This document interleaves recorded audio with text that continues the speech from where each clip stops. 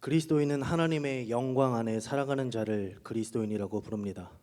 우리가 하나님의 영광 안에서 산다는 것을 성경은 이런 말로 표현을 해주고 있습니다.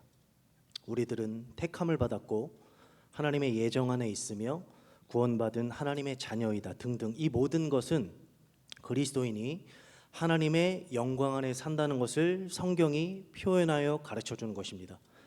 그러나 이것은 단지 하나의 말, 언어, 글이 아니라 실제 살아계신 하나님의 영광이기 때문에, 영광의 하나님이 우리에게 하신 일이기 때문에 이 영광은 믿는 자에게 능력이 되어 삶에 나타나게 되어 있습니다. 여러분들이 한 번씩 읽어보셨는지는 모르겠지만 사회과학 분야의 필독서 중에 막스 베버라고 하는 사람이 쓴 프로테스탄트 윤리와 자본주의 정신이라고 하는 책이 있습니다. 그 책을 곰곰이 읽어보고 내용을 만약에 하나로 요약을 해본다면 이런 것입니다. 믿는 사람, 특별히 칼빈주의에 입각한 믿음을 가진 사람, 칼빈주의의 핵심은 하나님의 주권과 그 주권으로 나오는 하나님의 예정이죠. 그 믿음을 갖고 있는 사람들은 하나님께서 나 같은 자를 택하신 증거를 반드시 삶에서 나타나야 된다라는 믿음의 태도를 보였다. 그래서 그들의 그런 삶이 개인과 사회의 발전이 있게 된 원인이다. 이것이 그 책의 내용입니다. 제가 아까 설명했듯이 택함을 받았고 예정하심을 입었으며 보혈의 은혜로 구원을 받았다고 하는 것은 관념이나 어떤 글 따위가 아니라 실제로 살아계신 하나님의 능력과 영광이 우리에게 임하여 삶으로 드러나는 귀한 것입니다. 이것은 성경이 우리들에게 분명히 약속하고 있는 사실입니다. 그러나 이것은 우리가 수도 없이 많이 들었고 외웠고 배웠습니다. 그러나 이것의 실존적인 측면을 우리는 잘 모릅니다. 그러니까 택하신 게 뭐지? 예정하신 게 뭐야? 구원받은 자녀라는 게 무슨 뜻이야? 나는 뭐 구원을 받았는데도 요 모양 요 꼴인데, 구원을 받았는데도 뭐 돈도 별로 없고 우리 애들도 뭐 이런데, 우리는 전부 다 이렇게 가거든요. 근데 성경이 말하는 그 하나님의 어마어마한 영광의 실존적인 측면은 이것이에요. 그리스도인은 삶에서 절대로 도망칠 수 없다는 증거예요. 이 영광을 실존적인 측면으로 가져오면요, 그리스도인은 삶에서 절대로 도망칠 수 없다는 거예요. 즉 하나님께서 우리에게 맡겨주신 책임을 다하기 전까지는 피하거나 도망갈 수 없다는 겁니다. 구약의 이스라엘을 생각해 보십시오. 이들의 목적, 이들을 부르신 하나님의 뜻은 하나였습니다. 내가 너희를 제사장 나라로 삼을 것이다. 너희가 나를 예배함으로 이방의 빛이 되어 나의 살아있음을 보일 것이다. 그러나 그들은 타락하여 하나님을 예배하는 것이 아니라 자기의 욕망을 예배했습니다.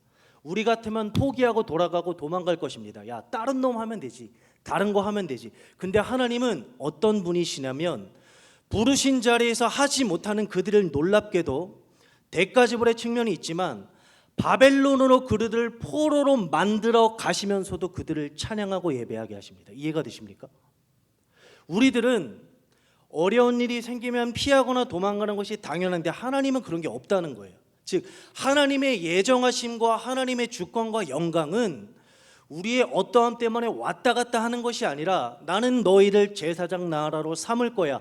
근데 하나님께서 성전도 주시고 많은 것들을 허락하여 주신 것에서 하나님을 찬양하고 예배하지 못하자 이방 땅에 팔려가서 그들이 놀랍게도 하나님을 예배하게 하시는 거예요.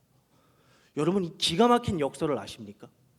우리들은 갇혀져 있으면 하나님을 섬길 수 있다고 생각하는데 이스라엘 땅에 있었던, 팔레스틴에 있었던 이스라엘 백성들은 굉장히 부패하고 타락했지만 시편에 적혀 있는 걸 보십시오. 비준비하시는 찬양 아십니까? 그들이 이스라엘 땅에 있었을 때는 하지 못했던 고백을 포로로 잡혀가니까 눈물을 흘리며 고백하는 모습을 보게 됩니다. 요나는 어떻습니까? 하나님께서 사명을 주시고 그에게만 맞는 삶을 주셨어요. 니느웨로 가서 회개의 말씀을 선포하라. 요나는 싫었죠. 도망갔습니다. 어떻게 됐습니까? 물고기 뱃속에 그를 넣어서라도 하나님께서는 그 사명을 완수하게 하세요. 우리들은 늘 도망가고 싶어하고 뒤로 물러가고 싶어합니다. 왜? 우리들은 하나님보다는 나에게 무게중심이 있는 자이기 때문입니다. 그러나 하나님은 그런 우리를 저주하거나 포기하거나 도망하지 않으시고 우리들을 끝까지 쫓아오십니다. 이것은 하나님께서 우리를 괴롭히시는 것이 아니라 택하시고 예정하시고 구원하신 자를 통해 하나님의 영광을 드러내게 계실 때나 하나님의 작정을 분명히 이루신다는 것이에요. 제가 방금 말씀드렸다시피 바벨론으로 잡혀가고 포로로 모든 것이 무너진 그들이 했던 고백과 찬양이 성경에 그대로 실려 있습니다. 요나는 어떻습니까? 반역하여 정말로 선지자답지 못한 모습을 보였던 요나가 깊은 바닷속에 빠지고 빠져 물고기 뱃속에 들어갔어요. 얼마나 수치스러운 일이에요, 여러분. 근데 놀랍게도 요나의 그 바보 같은 행동의 열매와 같은 그것이 부활을 설명해 주는 예표가 되었다는 거예요. 여러분, 우리들은 내가 잘 돼야지 하나님의 영광을 받으신다고는 잘못된 생각이 있어요. 이건 세상의 생각이거든요. 요나가 선지자로서 얼마나 부끄러웠습니까? 근데 예수님은 당신의 부활을 말씀하실 때 요나 이야기를 한다고요. 내가 잘못을 저질러서 포로가 잡혀간 게 얼마나 수치스러운 일이에요. 그러나 하나님은 그들이 하지 않았던 땅에서 오히려 이방 땅에서 하나님을 찬송하게 하시는 놀라운 것을 보이시는 거예요. 여러분, 하나님의 영광은 나의 어떠함과 상관없이 빛나고 있습니다. 이것이 바로 성경이 말하는 신자에게만 허락된 역설적인 삶인 것이에요. 이 삶을 진리 가운데 깊이 알았던 바울은 이렇게 고백을 하고 있습니다. 고린도후서 6장 8절에서부터 10절입니다.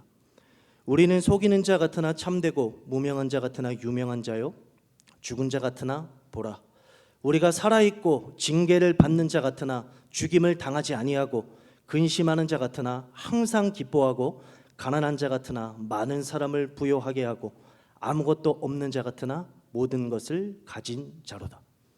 여러분, 만약에 우리의 힘을 의지하거나 우리의 생각과 경험을 의지하거나 세상에 근거한 방식으로는 이 영광이 드러나지도 않을 뿐더러 이렇게 고백할 수조차 없습니다.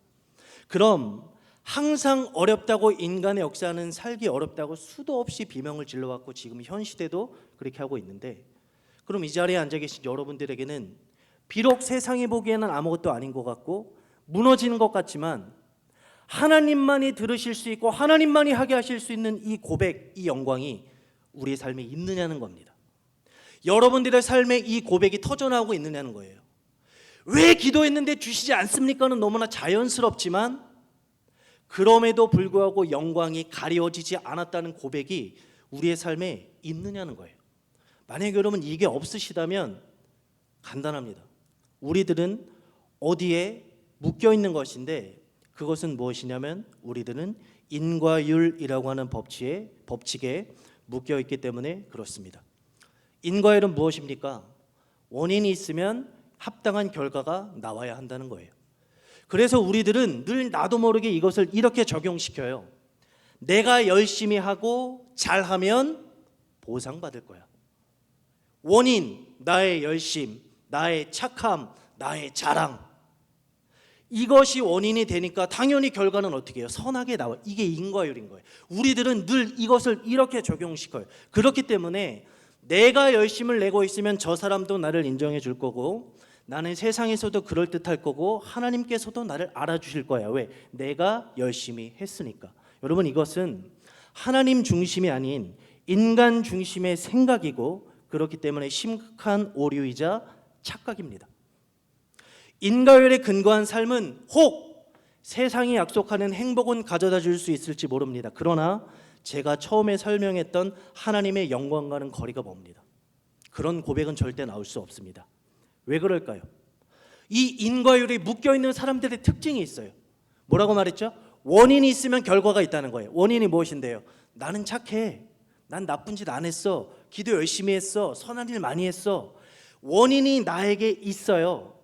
그러니까 이 사람들이 묶여있을 때 묶여있는 증상이 뭐냐면 이 사람들이 견디지 못하는 게 있어요. 자기 스스로가 원인이 되었기 때문에 자기를 반대하는 것을 견디지 못해요. 자기가 한 대로 대가를 받지 못하는 것을 견디지 못하는 거예요. 왜? 인과율. 가는 말이 고와야 오는 말이 곱잖아. 내가 100을 줬는데 왜 너는 50밖에 안 줘?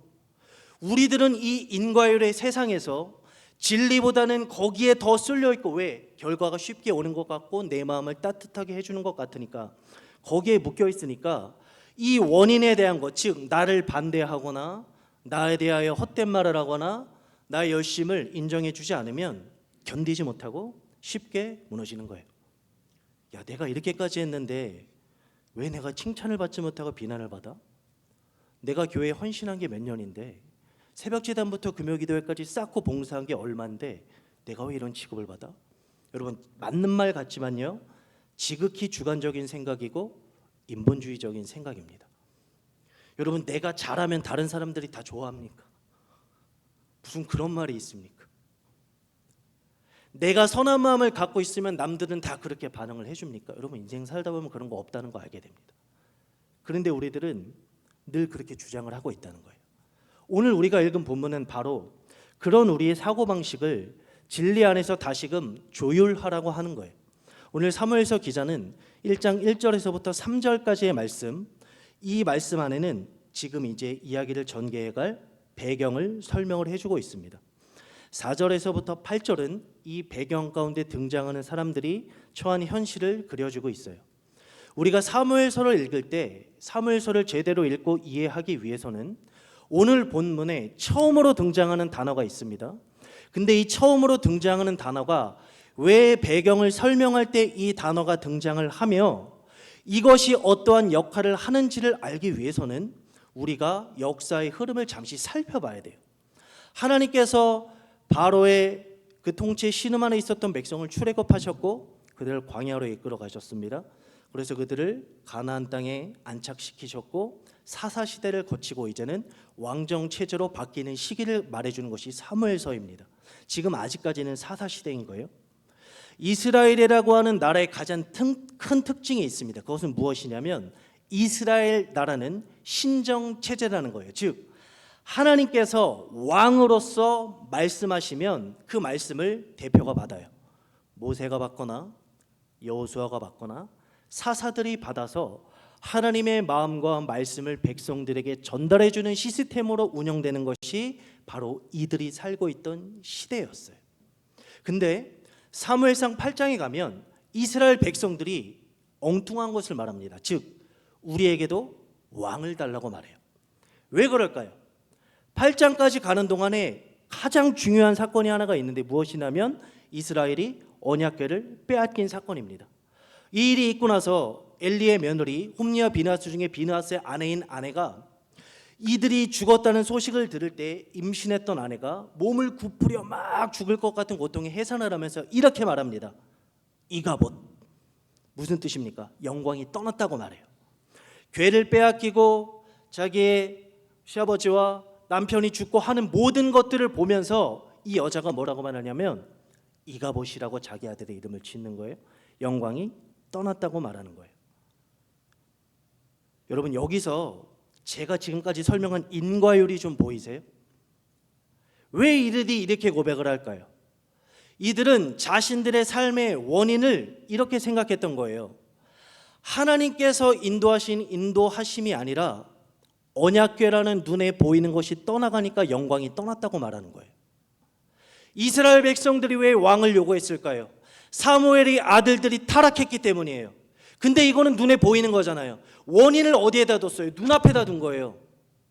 보이지 않는 하나님만이 우리의 원인 되시는 것을 증명하며 살아가는 것이 신자이고 그리스도인인데 이들은 원인을 어디다 뒀다고요? 영광이 떠났다고 왜 말하냐고요? 언약궤가 없어. 내 남편이 죽었어. 그럼 영광 떠난 거야. 우리도 이렇게 하지 않나요? 나 왜 이렇게 갑자기 아픈 거야? 나 이렇게 힘든 일이 많이 있어. 하나님 나 떠난 거 아니야? 이게 우리의 말이라는 거예요. 왜? 인과율의 법칙에 묶여있기 때문에. 이들이 왕을 요구한 게 타당해 보였지만 왕은 하나님이시잖아요. 근데 그들은 단지 지금에 있는 상황과 환경 때문에 아들이 타락했다는 미명과 핑계를 대면서 왕을 요구하고 있는 거예요. 근데 이것은 이스라엘만의 문제가 아니라 우리의 시각을 조금만 더 넓혀보면 인간의 역사는 항상 이래요. 인간은 늘 원인을 찾아요. 어떤 원인? 나에게 행복과 평안을 주는 원인이 무엇일까? 이것을 얻으면 나는 행복이라는 결과, 평안이라는 결과를 얻을 텐데 늘 그것을 찾고 구합니다. 여러분 물어보겠습니다.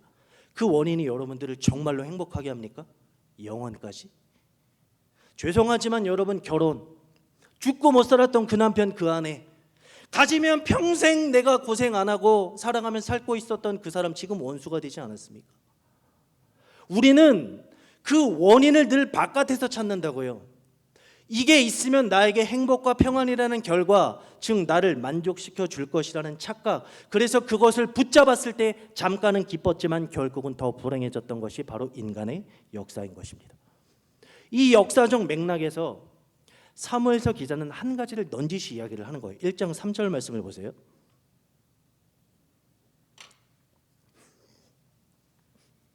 이 사람이 매년 자기 성읍에서 나와서 실로에 올라가서 만군의 여호와께 예배하며 제사를 드렸는데 엘리의 두 아들 홈니와 비나하스가 여호와의 제사장으로 거기에 있었더라. 자, 배경 상황 설명을 하는데 처음 등장하는 단어가 있습니다. 무엇이냐면 만군의 여호와라는 겁니다.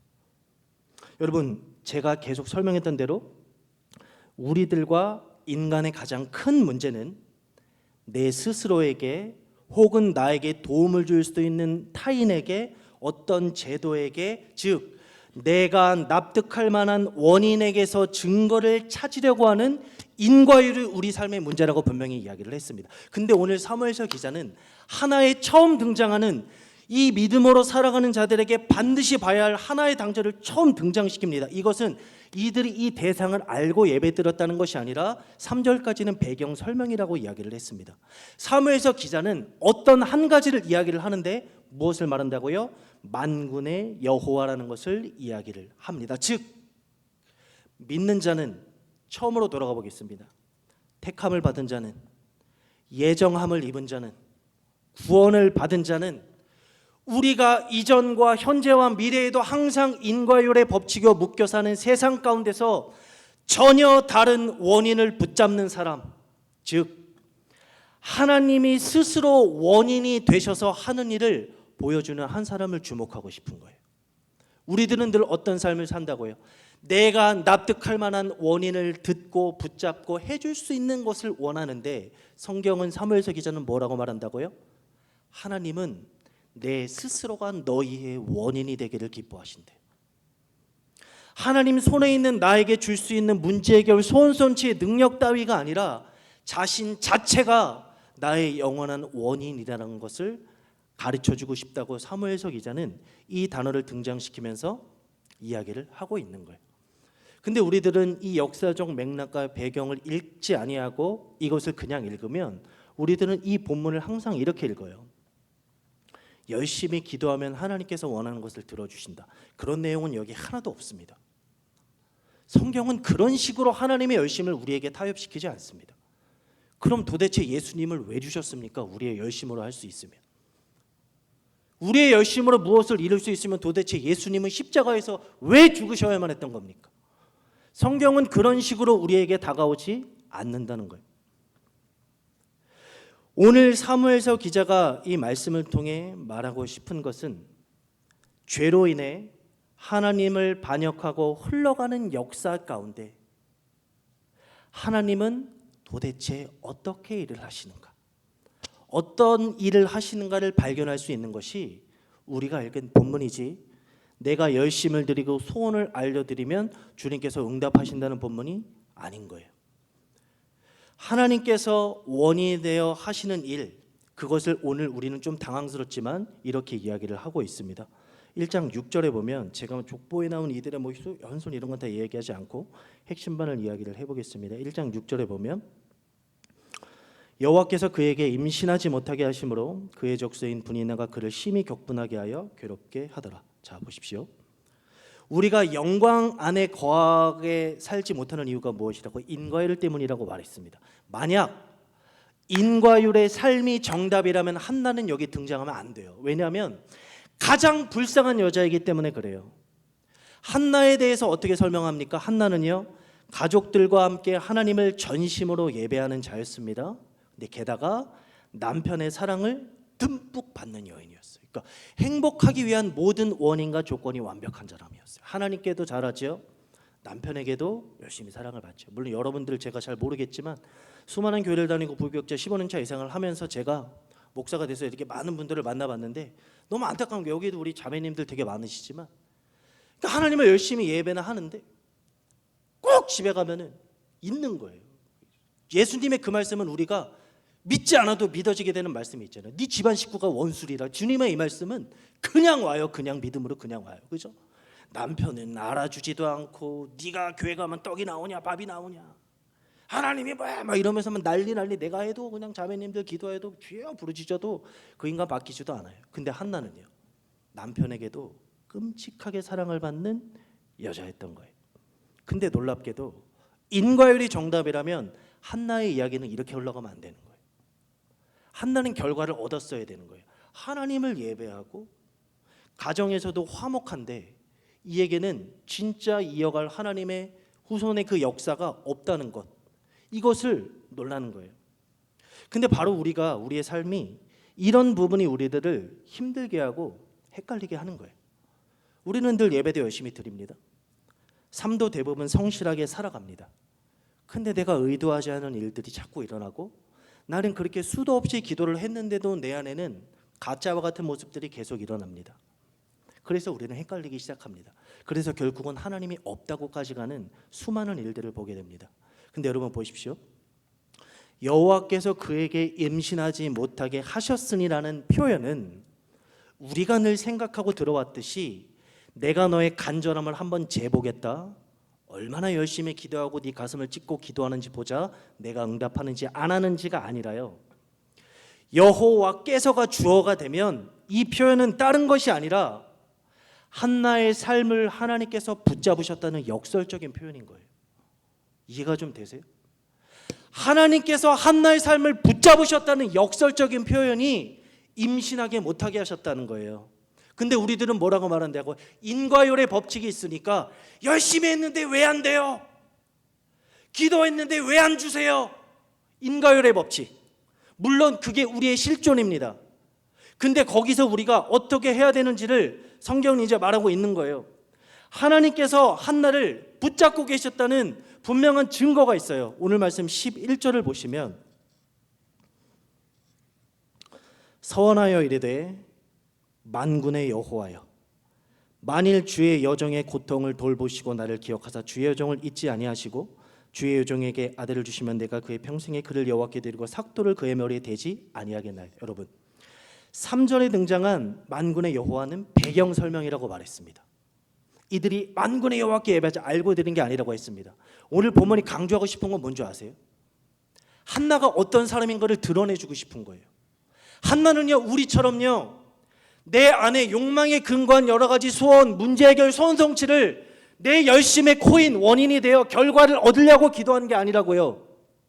이 어둠의 사사시대 가운데 자기 욕망에 따라 각기 소견에 오를 대로 살아가는 시대 가운데 유일하게 여인으로서 만군의 여호와라고 혼자 고백하고 있는 거예요. 이해가 좀 되세요? 사사기를 마치면서 뭐라고 말한다고요? 각자 자기 소견에 오를 대로 행하였더라. 왕이 없으므로. 근데 이 한나는 8장에 등장하는 왕을 달라. 우리 눈앞에 왕이 없으니까 힘들다. 이 수준이 아니라 진짜 왕이 누구인지를 아는 거예요. 이 비루한 여인이, 핍박을 받고 있는 여인이 하나님 억울합니다가 아니라 뭐라고 고백하냐면 만군의 여호와요. 만군의 여호와가 무슨 뜻인 줄 아십니까? 모든 임금들을 다스리시는 여호와라는 뜻입니다. 모든 우주 만물을 창조하시니가 다스리시는 분이라는 고백이 처음 등장하는데 이 고백을 담고 살았던 여인이 한나라고 하는 여인이라는 거예요. 근데 이거를 우리는 내가 원인을 삼고 싶어서 한나도 저렇게 기도했으니까 나도 기도하자. 그럼 하나님이 주시겠다. 이 인과율의 법칙에서 조금 더 벗어나지 않게 하는 것이요. 여러분 왜 사무엘 기자는 이거를 드러내고 있을까요? 왜 한나의 이 고백을 드러내주고 싶어 할까요? 놀랍게도 하나님의 백성과 이스라엘이 구원을 받은 이후에도 계속 했던 것은 원인을 자기 눈앞에 두는 싸움이었습니다. 신상을 만들었습니다. 모세가 신의 산에 올라갔을 때 우리를 인도할 신을 만들어내라고 말했습니다. 사무엘에 나오는 이 이야기를 적용시킨다면 야 우리에게도 좀 왕을 줘라. 우리에게 왕이 있었으면 다른 나라가 이렇게 우습게 침략하지 않았을 텐데, 언약궤를 빼앗길 일도 없었을 텐데, 이렇게 고생하지 않아도 될 텐데 왕을 좀 줘라. 이스라엘 백성들이 부르심에 근거하지 않은 어떤 싸움을 했다고요? 한나처럼 핍박 가운데서도 만군의 여호와를 바라보는 그를 붙잡는 싸움이 아니라 원인을 눈앞에 두는 싸움을 했던 거예요. 여러분, 이걸 우리에게 적용시켜보면 수도 없이 많이 들었던 이야기예요. 하나님, 나에게 이것만 해주시면요 내가 열심히 할게요. 하나님, 나 지금 힘들어 죽겠는데 알죠? 저 사람 때문인 거 아시죠? 김 집사, 김 목사 때문인 거 아시죠? 제 변화시켜 주시면 제가 마음 다해 해볼게요. 제가 힘들거든요. 하나님, 평안을 주시면요 제가 열심히 새벽 기도도 나올 수 있을 것 같아요. 제가 지금은요 아이들 대학 입시 때문에 바빠서 못하지만요 하나님, 요거만 끝나고 할게요.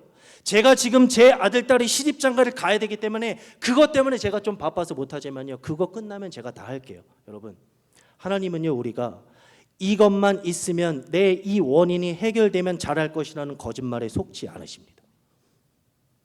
하나님은 절대 속지 않으세요. 우리가 스스로를 속이고 있는지는 모르지만 하나님은 속지 않으시는 거예요. 여러분, 왠지 아세요?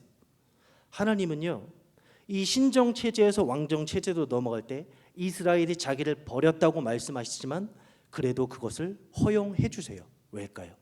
하나님은요 겉으로 드러난 형식, 신정체제든 왕정체제든 하나님께는 중요하지 않아요. 하나님께 중요한 것은 하나밖에 없어요. 네가 여인이든 비루한 거지이든 상관없이 나 하나님을 어떻게 고백하고 있느냐, 어떻게 믿고 살아가고 따라가고 있느냐, 하나님에게는 그게 중요한 거예요. 이제 사무엘의 말씀에서는 모든 이스라엘은 들고 일어날 겁니다. 내 눈앞에 왕을 갖다 놓으라고. 그 비루한 역사를 보기 이전에 사무엘서 기자는 하나님이 하시는 일, 하나님이 원하시는 일을 일부러 처음에 적어놓는 거예요. 어떤 일이요? 가슴을 쥐어뜯고 집안에서는 핍박을 받고 제사장이라고 하는 놈이 술 취한 여자 취급을 받아도 만군의 여호와만 찾는 거예요. 사무엘서 기자는 이 한 명을 이야기를 하면서 하나님께서 일하시는 역사를 이야기를 해주고 있습니다. 한나의 기도가 왜 내가 간절히 기도하면 무엇을 받겠다는 게 아닌 줄 아세요? 내가 간절히 기도했으니 주세요가 아니에요. 만군의 여호와라는 고백 안에는 내 삶의 모든 영역은 하나님 안에 있습니다라는 실존적인 고백이에요. 여러분, 우리들은 이건 머리로는 다 알아요. 근데 우리들 이러잖아요. 고난만 생기고 안 좋은 일만 생기면 하나님 없는 것처럼 말하고 행동하잖아요. 내가 열심히 들었는데도 불구하고 결과가 없으면 하나님 마치 나를 몰라주는 것처럼 생각하잖아요. 근데 한나는 지금 내가 간절하게 기도했으니까 주세요가 아니라 내가 핍박받고 있는 거, 내가 욕먹고 있는 거, 내가 술 취한 여자 취급당하는 거 여호와 안에 있는 거예요. 그 안에서 경험하고 있는 거예요. 그러니까 하나님만이 들어주세요. 하나님만이 하실 수 있어요. 이것을 이야기하고 있는 거예요. 이것을 맨 앞에 써놓은 이유를 제가 아까 이야기했지만 다른 측면에도 한 가지가 있어요. 인간의 모든 역사는 인간 중심으로 흘러가고 내 마음과 내 눈앞에 중심과 증거를 보여라고 하는 시대가 앞으로도 계속 이전에도 있었고 흘러갈 겁니다. 근데 이 시대에 한나를 통해 사무엘이 등장했습니다. 근데 사무엘에서 잘 보시오. 이 만군의 여호와가 왜 등장했는지 보십시오. 사무엘이 했던 가장 중요한 역할이 있습니다. 다윗을 왕으로 세우는 겁니다. 근데 다윗이 했던 여러분 고백 하나 아십니까? 수많은 고백이 있지만 사무엘서 기자가 1장 3절에서 만군의 여호와를 이야기하는 이유가 있어요. 다윗이 왜 하나님 마음에 합한 자인지 이유가 있어요. 다윗이 골리앗 앞에 나갈 때 뭐라고 했는 줄 아세요? 너는 칼과 창과 단창으로 내게 나오겠지만 나는 만군의 여호와 이름으로 네 앞에 나간다. 이해가 되세요? 의지하는 게 네 눈앞에 보이는 세 보이는 칼이고 창이고 단창이야? 나는 보이지 않지만 내 목숨이 달아나더라도 만군의 여호와가 나의 원인이고 힘이야. 이것을 지금 사무엘 기자는 이야기를 하고 있는 거예요. 그래서 이 다윗의 후손으로 예수에게까지 흘러가는 거예요. 예수 그리스도를 하나님께서 뭐라고 말씀하십니까? 이는 내가 기뻐하는 자요 사랑하는 아들이다. 만군의 여호와만이 하실 수 있는 일을 이 짧은 본문 역사 가운데서도 하나님은 우리에게 흘려보내고 있다는 말입니다. 여러분, 지금 현재 혹시 어려움에 처해 계십니까? 근데 그것을 제가 지금껏 설명한 인과율로 해석하고 있지는 않습니까? 다 열심히 했는데 반응이 왜 이래? 왜 알아주지 않는 거야? 여러분, 한나는 어땠습니까? 상황과 환경은 그에게 도움이 되는 것이 하나도 없었습니다. 근데 한나는 그 상황과 환경 그 자리를 벗어나지 않고 거기서 만군의 여호와를 찾았습니다. 그만이 나의 원인이시다. 나의 원인 되어 주십시오. 이 시대 가운데 하나님은 그 한 사람을 기다리시지 않겠습니까? 여러분, 우리는 이 마지막 시대를 살아가며 내가 이렇게 열심히 했는데 하나님 왜 나에게 이렇게 하십니까? 라는 인과율에 근거한 기도를 그만 드려야 됩니다. 한나가 아들을 바칠 수 있던 것은 열심이 아니에요. 나에게 주시는 아들은 내 아들이 아니라 하나님의 아들인데 드리는 게 당연한 거 아니겠어요? 우리가 그리스도인이 된 순간 우리의 시간은 나의 시간입니까? 하나님의 시간입니까? 근데 왜 드리는 걸 아까워합니까? 왜 드렸다고 생색을 냅니까? 나에게 주신 돈도 하나님께서 맡겨주신 거 아닙니까? 한나의 만군의 여호와의 고백은 나의 모든 삶의 영역은 당신의 통치 아래에 있습니다라는 고백입니다. 우리들은 늘 그렇게 고백하고 믿는다고 하지만 실상은 그것을 드리기보다는 내 안에서, 내 바운더리 안에서 증폭되기만을 바라고 있지는 않습니까? 여러분, 우리들은 이 한나의 기도와 한나의 삶을 통해 한 가지를 돌아봐야 합니다. 우리는 도대체 어떤 예수님을 믿고 어떤 예수님을 찾고 있습니까? 내 열심과 내 인과율에 반응하는 예수입니까? 아니면 우리가 아직 죄인 되었을 때, 나에게 근거가 하나도 없을 때에 나를 사랑하시고 나를 위하여 죽으신 분을 믿고 있는 것입니까? 여러분, 여호와께서 임신하지 못하게 하심으로가 하나님께서 한나를 붙잡고 있는 삶의 증거임을 믿는다면 우리 삶에 일어나고 있는 안 좋은 일과 고난과 수많은 것은 저주가 아니라 하나님께서 나도 붙잡고 계신다는 증거가 되는 것이에요. 여러분, 우리 삶에 수많은 여호와께서 임신하지 못하게 하심으로가 있잖아요. 나 지금 고난받고 있어. 나 지금 수치당하고 있어. 나 지금 핍박당하고 있어. 지금 내 애새끼 말 하나도 안 들어. 사업 하나도 안 돼. 여러분, 이게 여호와께서 그에게 임신하지 못하게 하심으로예요. 근데 우리는 이거를 저주라고 말한다고요. 이것을 내 열심히 새벽제단을 안 쌓아서라고, 11조를 안 드려서라고 말한다고요.